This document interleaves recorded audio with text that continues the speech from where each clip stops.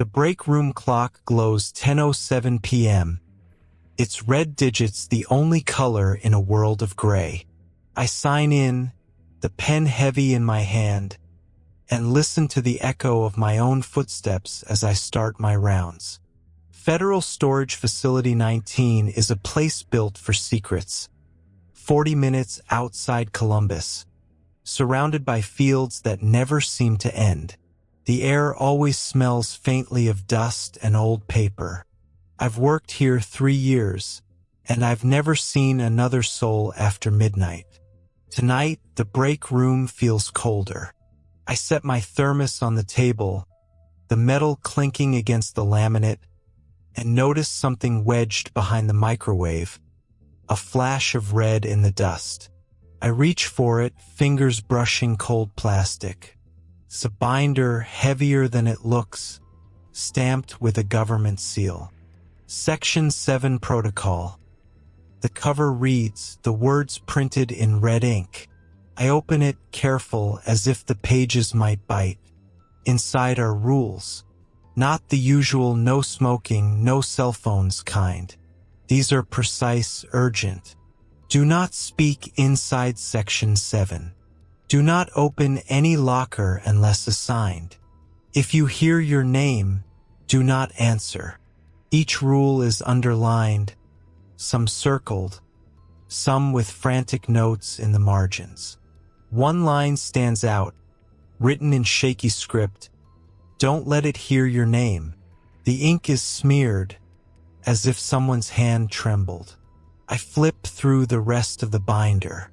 There are lists of names, dates, assignments. Some names are crossed out.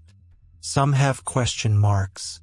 I don't see my own, but I see Greg's, my supervisor. His last assignment was Section 7. The date is last Wednesday. I close the binder, the snap of plastic loud in the empty room. The microwave hums, the clock ticks, and I feel the weight of every guard who came before me pressing down on my shoulders. I tuck the binder back behind the microwave, hands shaking. I tell myself it's nothing, just old stories and tired minds. But I can't shake the feeling that something is waiting, just beyond the edge of the light. Tomorrow is Wednesday, and for the first time in 3 years, I'm afraid to come back. The break room smells like burnt coffee and old paper. I sit at the table, elbows pressed into the laminate, the red binder heavy in my lap. The clock on the wall ticks past midnight. Outside, the wind rattles the metal siding, but inside, it's just me and the silence. I open the filing cabinet, searching for answers, and find a stack of logbooks, 15 years worth of other people's handwriting, waiting in the dark. My hands are dry, fingertips catching on the edges of the old paper. I flip through the first logbook, the cover soft with age. The entries are routine. 10:15 p.m., rounds clear. 12 a.m., all doors secure. The handwriting changes every few months, neat to hurried, block letters to looping script. I read the names, some I recognize from old schedules, most I don't. Each guard's life is reduced to a list of times and doors, a record of nights spent alone in these endless halls. I keep reading, the hours slipping by. The logs are all the same until they're not. I notice a pattern. Every guard who worked Section 7 stops writing after a few weeks. Their final entries are always short, always on a Wednesday, and always end mid-sentence. I run my finger down the page, tracing the last words. 2:41 a.m. Heard humming from Section 7. Will invest. The pen trails off, a line of ink bleeding into the paper. I close the book, my heart thudding. I check the next one. The same thing. Wednesday. Always Wednesday. I look at the schedule pinned to the wall. My first Section 7 shift is tomorrow night. I will try to call Greg, my supervisor. He's been absent the last 2 shifts, no explanation. I text him, "You okay? Need to talk." The message sits there, unread. I scroll through my contacts, thumb hovering over his name. I think about the last time I saw him, 2 days ago, standing by the front gate, eyes tired, voice flat. He didn't say goodbye. I leave the logbook open on the table, the last page waiting. The silence follows me out the door. Tomorrow is Wednesday, and I don't know if I'll be the one to finish the next entry. The warehouse is a maze after midnight. My flashlight beam slides over concrete and steel, catching dust in the air. I walk my usual route, boots echoing in the empty corridors. But tonight, something tugs at me. A memory of the red binder, the rules, the names. I find myself drifting off the path, drawn by a feeling I can't name. At the far end of the building, past rows of locked doors, I notice a hallway I've never seen before. The air is colder here, the lights buzzing in a way that makes my teeth ache. At the end stands a door, thicker than the others, reinforced steel, no window, no label. Just a keycard reader, its red light blinking in the dark. I stand there, heart thumping, and swipe my card out of habit. The reader beeps, access denied. I almost laughed, relief and disappointment tangled together. But as I turn to leave, I hear it, a low, rhythmic hum, not mechanical, not quite alive. I press my ear to the metal, breath fogging in the cold. The hum stops. For a moment, there's nothing. Then, soft and unmistakable, I hear breathing on the other side. I step back, pulse racing. The rules echo in my mind. Do not speak inside Section 7. If you hear your name, do not answer. I stare at the door, at the red light blinking steady as a heartbeat. I want to run, but my feet won't move. The hum starts again, louder this time, vibrating through the floor. I back away, the sound following me down the hall. I don't look back. I don't want to see what's waiting in the dark. When I reach the main corridor, the air feels warmer, the lights steadier. I force myself to finish my rounds, but every shadow feels deliberate, every silence full of meaning. I wrote a single line in the logbook. Unusual noise near Section 7. Will monitor. My hand shakes as I sign my name.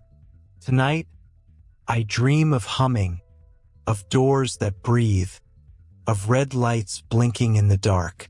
Sleep doesn't come.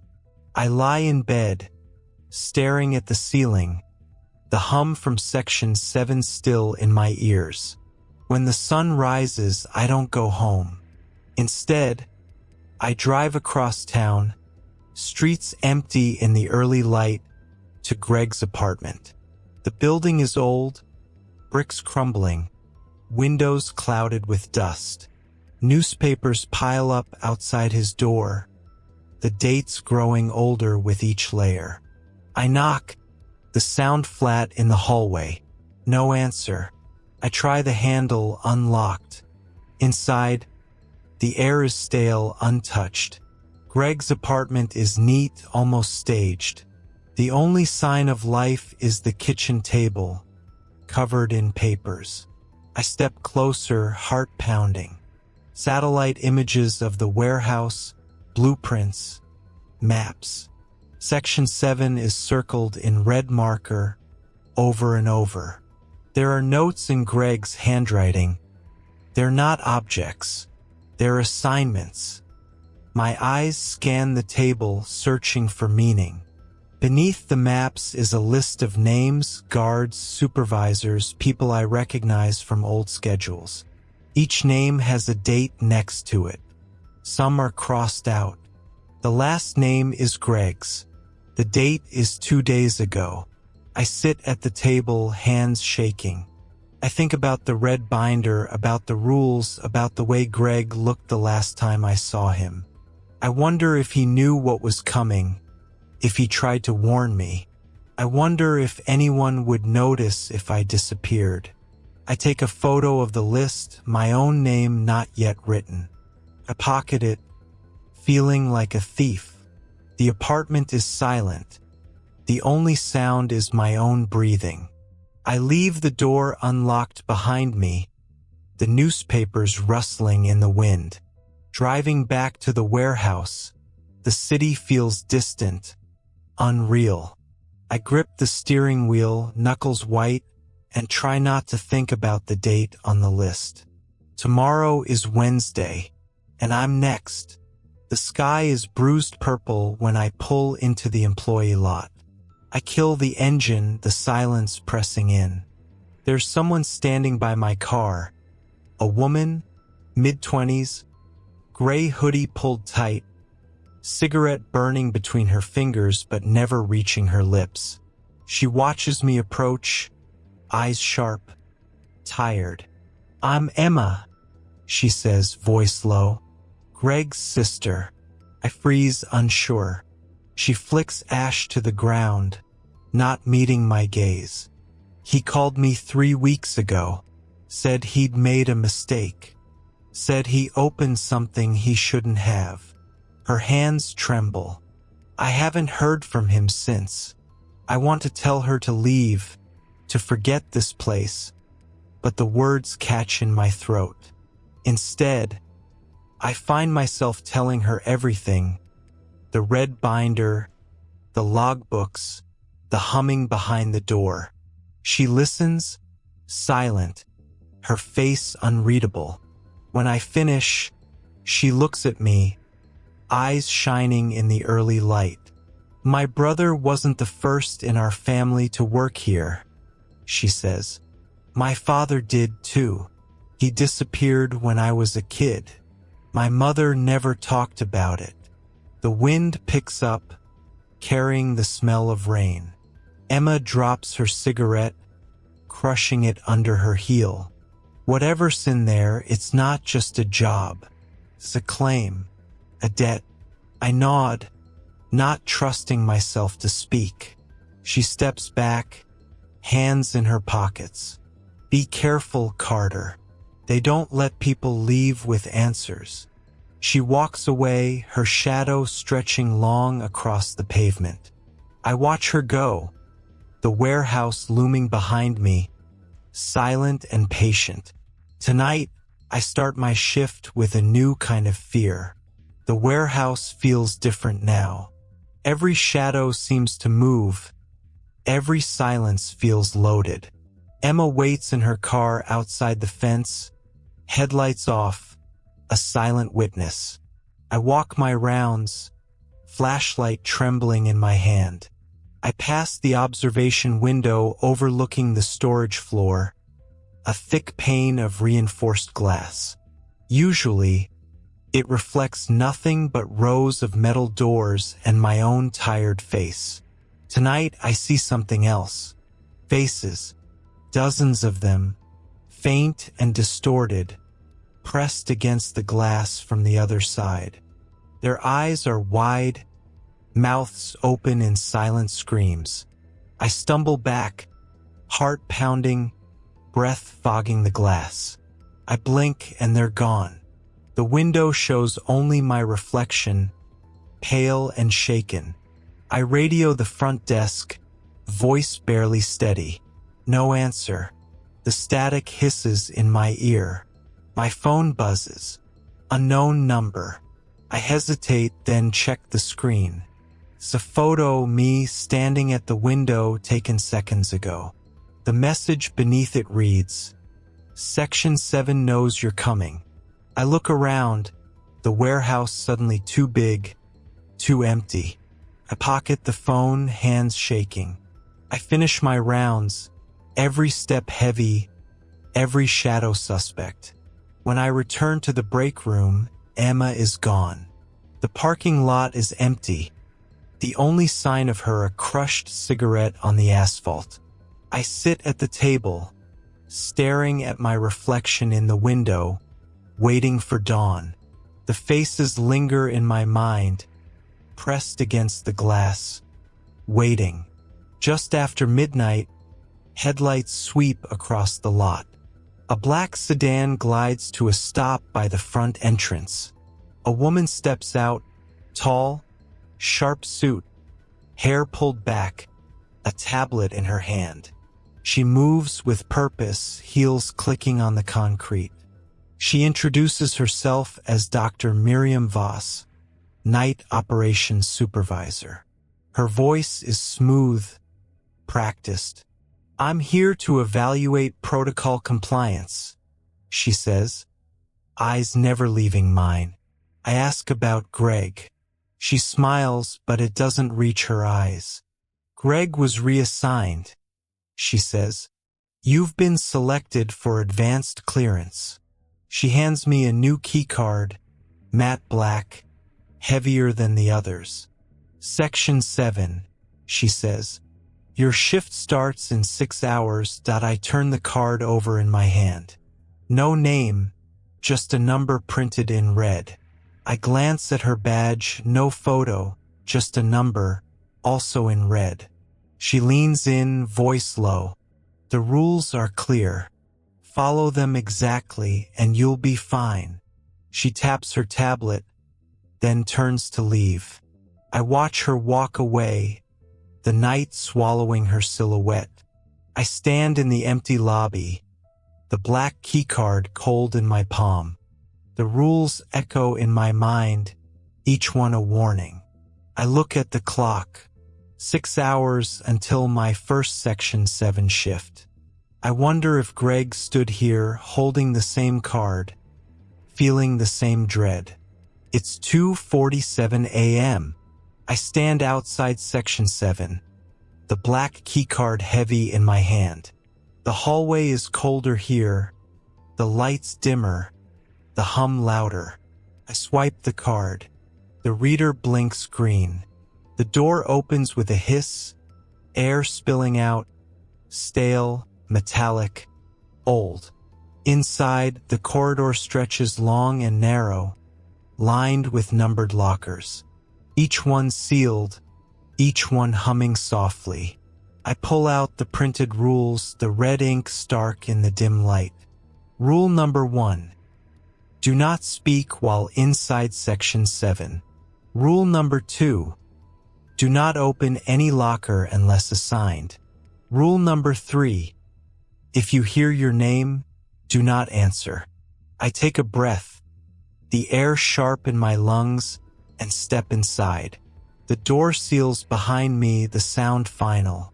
My footsteps echo, the hum vibrating through my bones. Halfway down the corridor, I hear it, a voice, soft and familiar, calling my name. "Carter." I freeze, heart pounding. The voice is my mother's, gentle, the way she used to wake me as a child. I grip the rules, knuckles white, and keep walking. The lockers seem to watch me, numbers blinking in the dark. The voice calls again, closer now.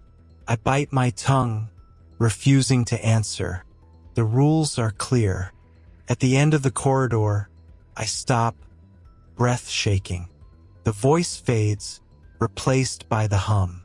I turn, the door still sealed, the silence pressing in. I survived the first rule, but I know it's only the beginning. My assignment is simple. Inspect locker 237 and log its status. I find it at the far end, older than the others, dented, scratches around the lock. The biometric scanner blinks green when I press my thumb to it. The locker clicks open, the sound too loud in the hush. Inside is a small wooden box, no bigger than a shoebox, wrapped in cloth. There's a tag attached, Carter Hayes, claimed 1997. My blood runs cold. I was 7 years old in 1997. I've never been here before. I lift the box, hands trembling. The cloth is soft, worn thin at the corners. I unwrap it, breath held tight. Inside is a photograph, my mother, standing in front of this very warehouse, holding a child. The child is me. I stare at the photo, the world tilting. My mother's eyes are tired, her smile forced. I remember her hands, the way she brushed my hair back, the lullabies she sang. She died when I was 9. They told me it was an accident. I closed the box, heart pounding.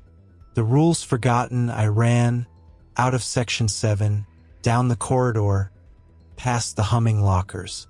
The door slams behind me, the sound echoing.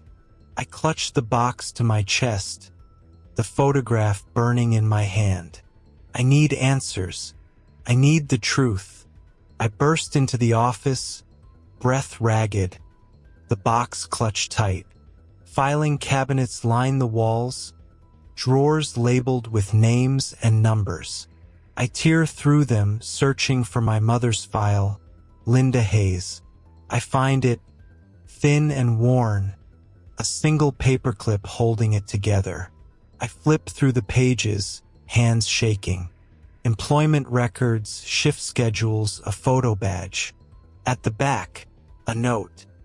Subject exhibited psychological instability following prolonged exposure to Section 7. Terminated under Provision 12C. Dependent reassigned to civilian custody.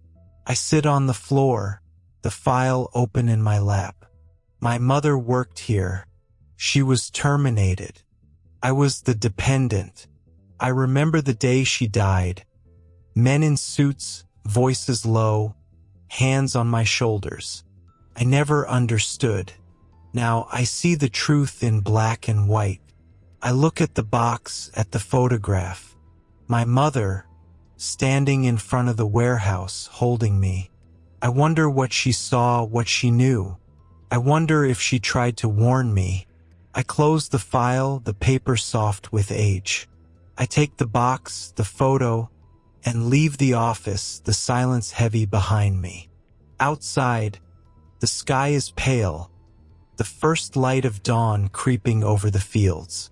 I walk to my car, the box heavy in my arms, the truth heavier still. Emma waits in the parking lot, arms crossed, eyes red. I showed her the box, the photo, and the file. She listens, silent, her face pale in the morning light. My brother found the same thing, she says. A box with his name, a file on our father. This place, it's not a warehouse. It's a ledger, a vault for debts and claims. She tells me the truth she's been holding back. Her family has been tied to this place for generations. Each one pulled in when they come of age, each one silenced. The warehouse doesn't store objects. It stores connections, obligations to something old and patient. Section 7 is where they keep the ones who are bound. I realize with a sinking clarity that I was never hired by chance. I was always meant to come back. The warehouse has been waiting for me since 1997.